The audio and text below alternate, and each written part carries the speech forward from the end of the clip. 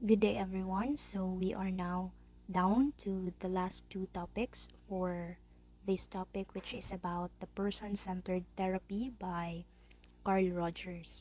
So, for my topic, I will be discussing about the person centered therapy from a multicultural perspective and the person centered therapy applied to the case of Stan. So, good morning once again. I am Tana Andrea D. Macabante. And for our topic outline, we will be discussing the person centered therapy from a multicultural perspective. So, along with that, we will be discussing the strengths and shortcomings from a diversity perspective. So, the strengths and shortcomings of the person centered therapy. Also, we will be discussing about how can we apply the person-centered therapy to a certain case, which is the case of Stan.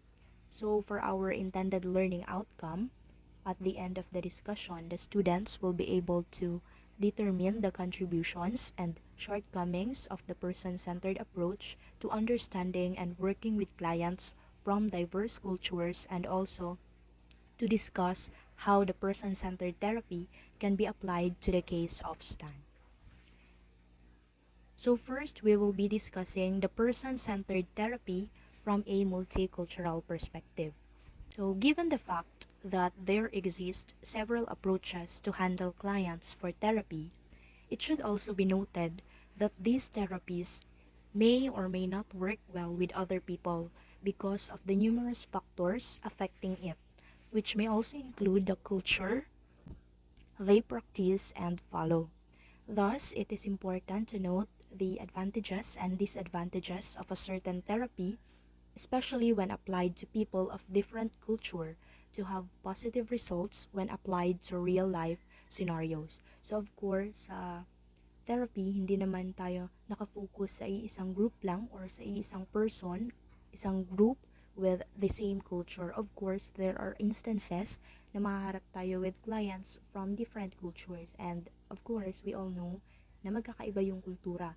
And because of that, some other things that may work well with others may not work well with other people too. So now we will be discussing the strengths from a diversity perspective. So several impacts of the person-centered therapy are seen to be the strength of the therapy based on a diverse perspective. So first, we have the impact on the field of human relations with diverse cultural groups. So when we say human relations, of course, it means involving humans or the relationship and interaction of humans in the community. So accordingly, person-centered therapy has a positive impact to human relations. This is because the person-centered therapy or the person-centered can now be incorporated on various countries and cultures, and the concepts and practice are used in different fields, those fields that will require interaction between people, as said. So that will include in counseling. So therapists may have practiced the core therapeutic conditions in their therapy. Those core therapeutic conditions in person-centered therapy, as discussed, include the unconditional positive regard, the congruence, and the empathy. Also, person-centered can be applied in education. So the theory, the therapy, and other concepts are presently taught in schools, especially sa mga psychological courses, of course.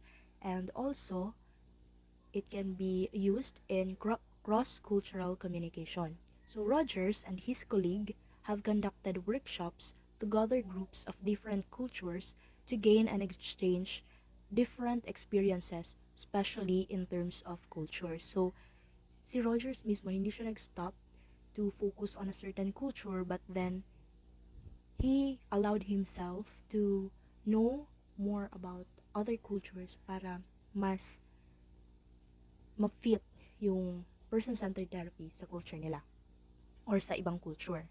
Also, person-centered therapy is of help sa reduction ng racial and political tensions. Carl Rogers elaborated on a theory to reduce tension among antagonistic groups. And aside from this, there are also countries like Japan, Australia, South America, Mexico, and the United Kingdom who have accepted the concept of the therapy and devised ways in which the therapy can fit on their culture. So ayun, that is one strength of person-centered therapy. Aside from that, person-centered therapy is also advantageous because it is useful in understanding diverse worldviews. Aside from the fact that Carl Rogers have made his claim to be known globally by reaching many countries and his work has been translated to different languages. Actually, his concept or the concept of Carl Rogers has been translated to 12 languages already. Also, person-centered therapy is useful in understanding diverse worldviews because of its underlying philosophies. So, sa person-centered therapy, ang focus is that people should be heard. And not only that people should be heard, but with genuine approach, care, and empathy.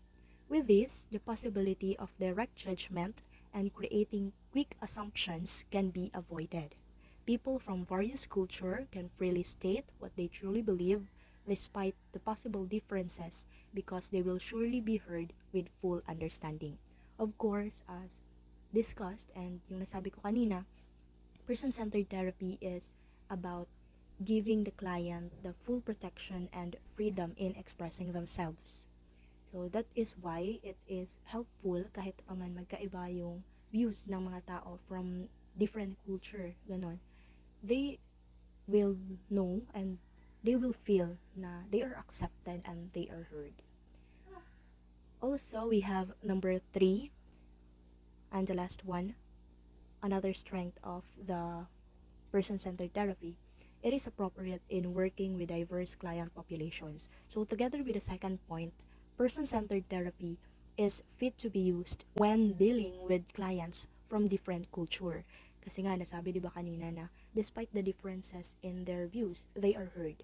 And also, dito kasi sa person-centered therapy, the therapist or the counselor does not lead the client to what should be done and what are the things that the client should believe. But rather, the therapist also explore together with the client the experiences and possible problems in an interested and accepted way that may not lead to judgment. An example for this is the motivational interviewing that is based on the philosophy of this therapy, which is a culturally sensitive approach suitable to various population domains. Kasi nga, dito sa person-centered therapy, the therapist should only listen and be the reflector and facilitator doon sa client para ma-realize niya yung worth niya or yung true self niya, ganun. So, it is beneficial to be applied sa different cultures kasi nga hindi sila na-judge based doon sa practice nila and they have the freedom to express themselves. So, those 3 are the strengths from a diversity perspective or the strengths of the person-centered therapy. So, despite the fact that person-centered therapy is widely used and accepted and is seen to be effective in various culture kasi nga based dito sa na-discuss nating strength, there are also shortcomings in this therapy. First, clients involved in outpatient treatment want more structure than this approach can give. So, the person-centered approach is not about having a therapist who holds the authority and have the power to decide on what should be done and not, or the client who is dependent on the therapist. So, sa person-centered therapy, hindi or walang authority yung therapist to tell the client or yung patient kung ano ang dapat gawin. And sa person-centered therapy din, the client is viewed as someone who is powerful enough to decide on his own or her own. That is why that certain client is not dependent on the therapist. But rather, dito sa person-centered therapy, the therapist is seen to be the facilitator and reflector, gaya ng nasabi ko kanina. And the client is seen to have the capability to achieve personal and social transformation. However, syempre, hindi naman ganito lahat ng cases because there are clients who seek professional help and expect to receive direct advice, decision, and guidance from the therapist, which is of course cannot be done in this certain therapy. Second naman, the core therapeutic conditions are difficult to translate into actual practice in certain cultures. So ano-ano itong core therapeutic conditions? So, gaya ng nasabi ko, it involved congruence or genuineness, that is, the inner and outer expression of the therapist match with each other, meaning they are in the stable and right state. Diba kailangan sa person-centered therapy, ang therapist mismo alam niya na yung ideal self and yung real self niya is congruent for the therapist to understand well kung ano man yung sinasabi ng client, ano man yung nararamdaman ng client. Kailangan maging totoo siya mismo sa sarili niya. Also, another therapeutic condition is the unconditional positive regard and acceptance. That is the deep and genuine caring to the client. Kailangan maramdaman ng isang client na he or she is heard and he or she is being understood. Another one is the accurate empathic understanding, which talks about the capacity of the therapist to understand the client in an accurate and sensitive manner. So dito naman sa empathy it's not about sympathizing the client. Kumbaga naawa ka lang doon sa certain client na yon. But then you explore together with the client kung ano man yung nararamdaman niya. Kumbaga you enter into his or her world para mas maintindihan kung ano talaga yung nararamdaman niya. Or like you are putting yourself in the shoe of the client. So, kapag na-possess ito ng isang therapist, may belief na it can always result to positive and favorable outcome. However, this is not always the case also, since some people from different culture may have different ways of understanding what is care and empathy, and may misunderstood the way of the therapist. Kasi nga magkaiba tayo ng way, may possibility rin na iba ang meaning na malalagay ng isang client doon sa actions ng therapist.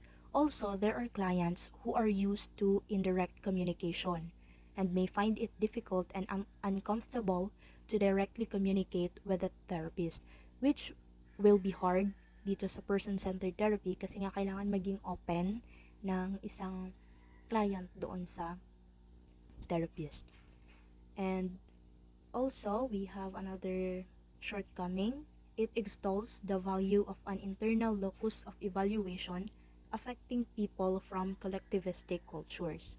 Since person-centered theory is usually focused on self-awareness, freedom, autonomy, self-acceptance, inner directedness, and self-actualization, all focusing on oneself.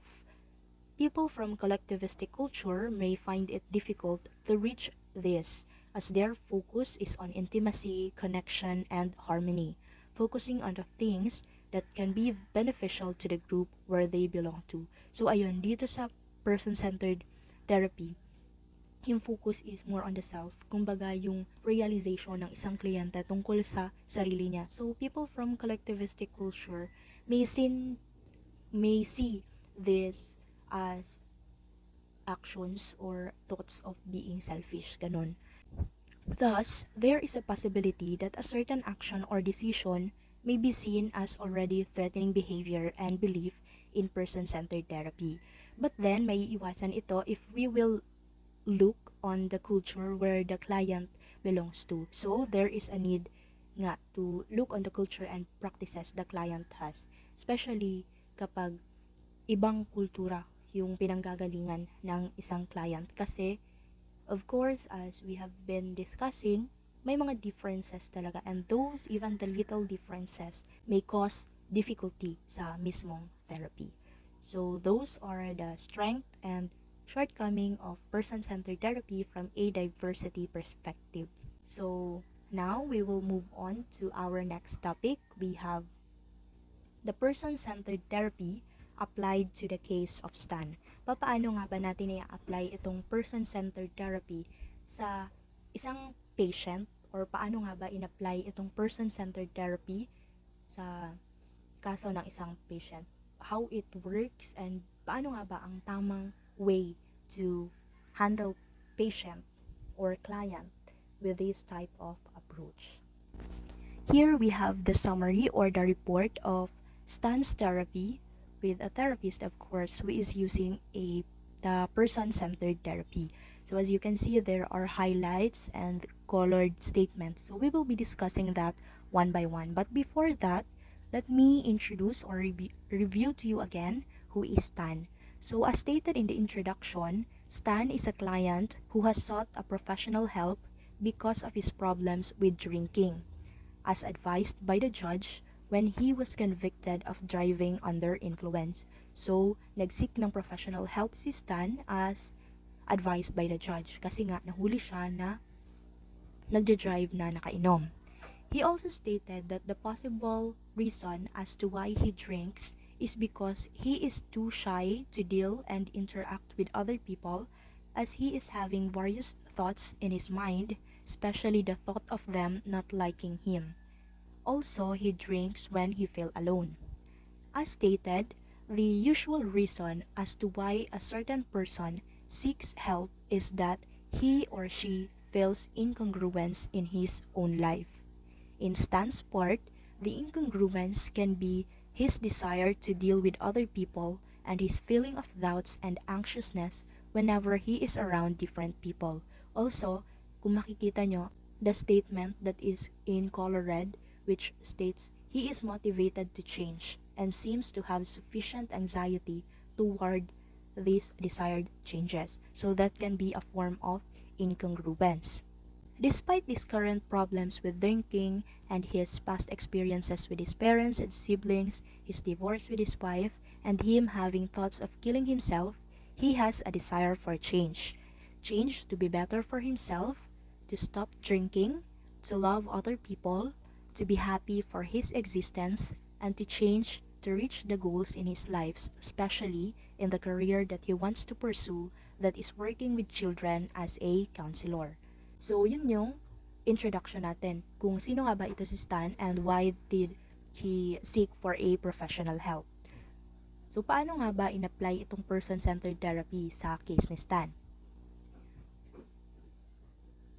So, as the therapist applied person-centered approach in the therapy, which indicates that a therapist should be facilitating personality change on the client through his or her attitude rather than basing on knowledge, theories, and techniques. First, in-apply ang person-centered therapy to the case of Stan as the view of the therapist is based on how Stan views himself, not on formal assessment and diagnosis. So, the therapist handling Stan have inclined the thoughts he or she has been having for him on how he views himself. Ayun nga, rather than believing or rather than relying doon sa mga assessment and diagnosis. With this, the therapist has listened as he or she allowed Stan to talk freely, and the therapist also understood Stan's experiences based on how Stan have really felt and experienced. Stan is also able to explore the threatening aspects of his self-concepts that may have been denied to awareness or distorted because of how the therapist created an atmosphere of freedom and protection, making him loosen his defenses and his established perception about himself. So, ayun, the therapist provided supportive, trusting, and encouraging atmosphere to allow Stan accept himself more. And the last one, the therapist has also applied the 3 core therapeutic conditions based on the person-centered approach, that is being congruent in a way that he or she is in the right state, and also the therapist provided Stan with care, faith, and empathy. So, ayan. Makikita natin yan dito. The therapist has given faith in Stan's ability to find his own way, and the therapist also trusted that he has or Stan has the necessary resources for reaching the therapy goals. Of course, that is the main point dito sa person-centered therapy. The therapist should see the client as someone who is able to reach kung ano man yung goals na kailangan niyang abutin. Ayun nga, the therapist also allowed Stan to speak freely about kung ano nga ba yung view niya about himself and yung real self niya, ganun. And inalaw niya rin si Stan na maka-feel ng freedom and security, especially kapag pinag-uusapan yung tungkol sa sarili niya. Then, with that attitude ng therapist, finally, Stan was able to see himself as someone who is able to make his own decisions. So, with the attitude of the therapist towards Stan throughout the therapy, he is able to increase his faith and confidence in himself. He became able to access the emotions that may have been distorted, and he was able to accept himself and finally realize that despite everything, there is someone that is able to help him and someone who can depend his life with. That is no other than, of course, that is himself. So that is how the therapy went with Stan when applied with the person-centered therapy. So, ayun, to summarize, Stan has been feeling incongruent kung ano yung real self niya toward doon sa ideal self niya. Of course, that involves yung mga kailangang changes na hindi niya magawa. And doon, throughout the therapy, inalaw ng therapist na magsalita siya tungkol sa nararamdaman niya without judgment, with freedom and full protection, na naramdaman ni Stan na he is being heard and he is being understood. Also, doon sa therapy na yon, mas inalaw si Stan to discover more about doon sa mga thoughts na possible na na-distort or iba yung pagkakaintindi niya tungkol sa belief na yon. Also, with that supportive, trusting and encouraging atmosphere, natutunan ni Stan na i-accept din yung sarili niya and i-encourage more yung sarili niya. Na discover niya yung about sa fear niya and everything that might be hidden and yung nakakos na anxiousness sa kanya. So with that, after or as a conclusion, naging able si Stan to allow himself more as he was able to discover a lot about himself and na-realize niya na at the end of the day, wala ibang makakatulong sa kanya but then the only person that can help him is himself. And that change, the change na gusto niyang ma-reach, of course, yung goal niya talaga sa therapy is, or goal niya talaga in his life is to change, and that change can only begin on himself. So,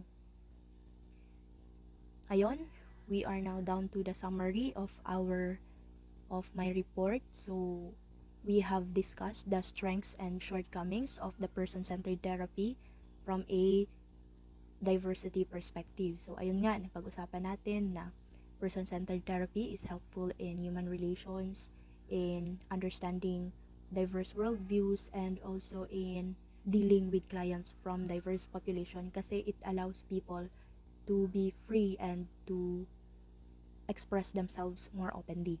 Also, sa shortcoming naman is may ibang patient na mas gusto nila yung direct na guidance and advice and direction doon sa therapist nila, which is not possible dito sa approach na ito. Also, may iba yung mga therapeutic conditions may be hard to be applied sa mismong real life setting, especially sa diverse cultures, and also yung locus of evaluation may be hard for the collectivistic people or the collectivistic group to understand. Also, ayun nga, sa person-centered therapy, na laman natin yung about kay Stan and how he was able to accept himself more in the end. So, here are my references. That would be all. Thank you.